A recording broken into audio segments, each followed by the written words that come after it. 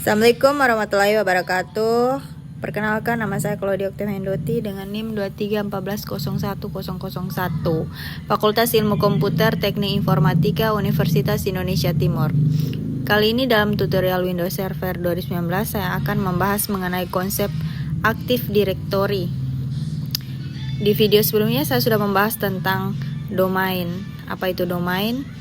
Domain itu sebuah wilayah tutorial atau wilayah kedaulatan sebuah organisasi perusahaan, atau bisa juga negara teknologi, seperti di dalam yang namanya domain. Ada juga yang namanya struktur domain, yang namanya Active Directory. Nah, Active Directory adalah sebuah direktori server yang menjadi pusat manajemen dari user komputer dan beberapa objek yang ada di dalam satu jaringan.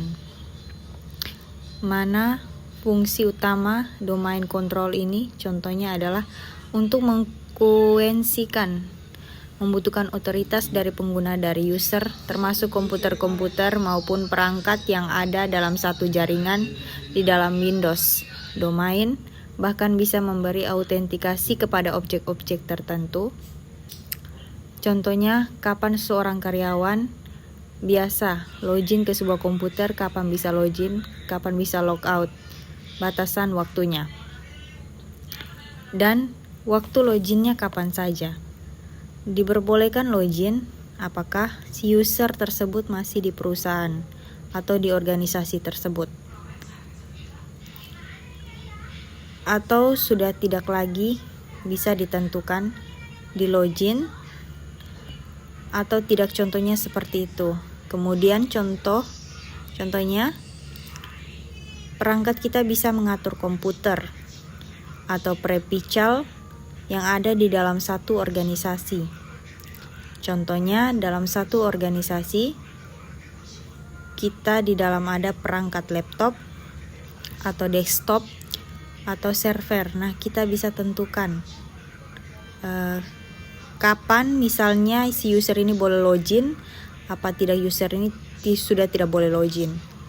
Si user ini masih boleh login ke dalam database server.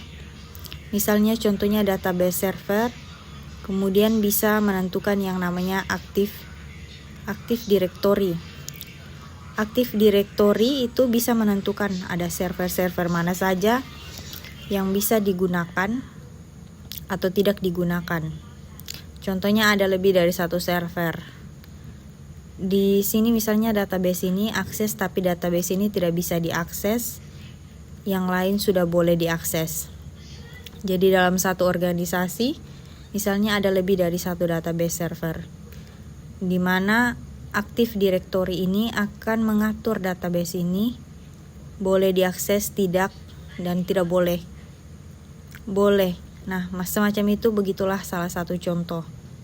Oke, kita harus kembali lagi kenali beberapa istilah di sini. Ada ATS, Active Directory Domain Server. Ini cuma singkatan saja.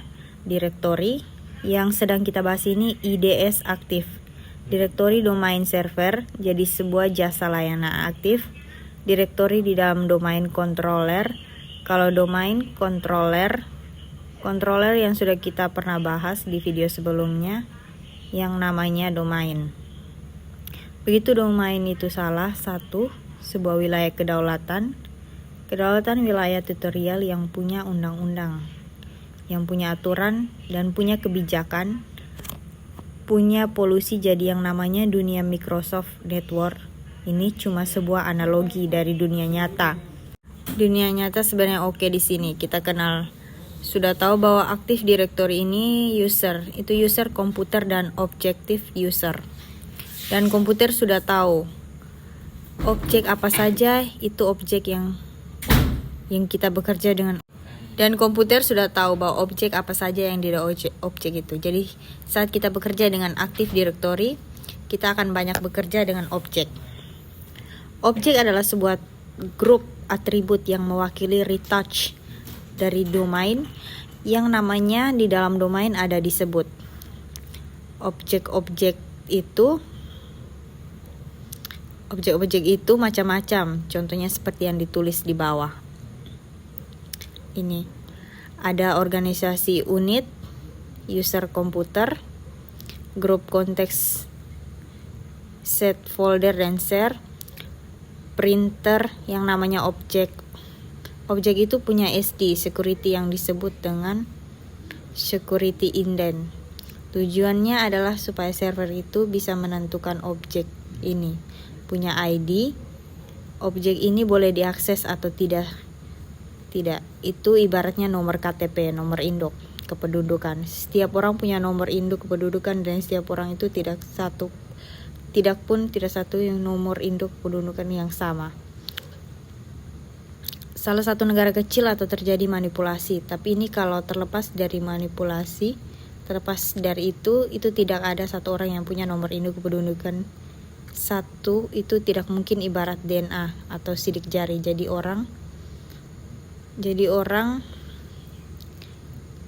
yang sama dan struktur yang sama manusia, dan itu fungsinya sidik adalah untuk memudahkan memanajemen kapan sebuah objek itu punya akses tertentu.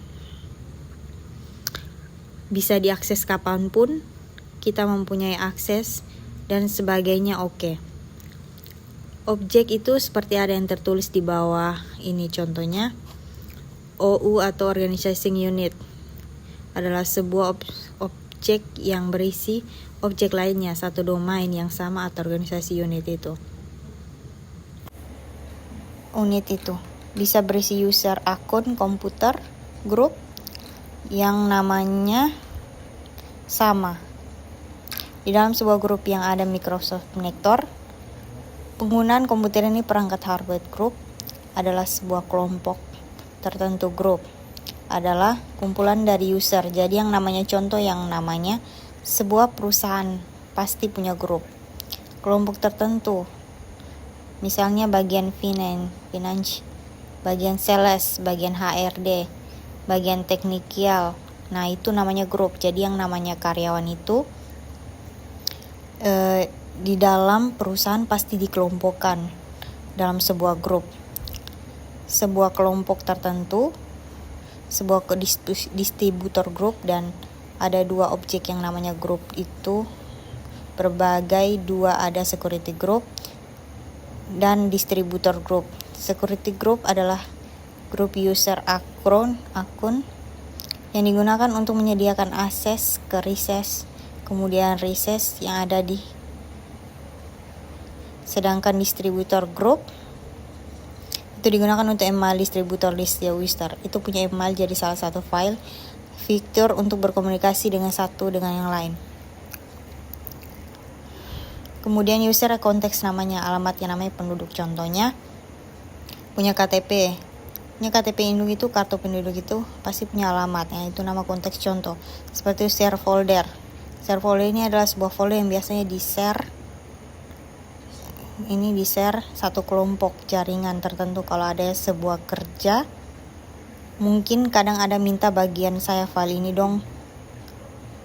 Sudah diambil di sharing, saya di server. Diambil di sharingnya. Di servernya ini namanya foldernya ini jadi tinggal di share ya. Folder itu di sebuah folder ini kita akses. Sebuah server, misalnya server ada macam-macam folder yang biasanya diakses untuk semua karyawan yang ada atau untuk karyawan tertentu. Kemudian share print in print yang biasa dipakai sama-sama, contohnya ada printer. Di sini di dalam sebuah organisasi dan printernya bisa diakses sama-sama oleh semua karyawan yang ada yaitu SharePoint. Namanya disebut dengan objek di dalam Active Directory. Dan objek ini adalah beberapa macam organisasi unit user. Komputer group yang biasa diatur oleh Active Directory. Jadi inilah fungsi utama dari Active Directory adalah sentralisasi atau mengatur dan memanajemen sebuah objek-objek yang ada. Oke, cukup sekian dari saya. Mohon maaf apabila ada kekurangan dan penjelasannya kurang dimengerti. Semoga dapat berguna. Wassalam. Wassalamualaikum warahmatullahi wabarakatuh.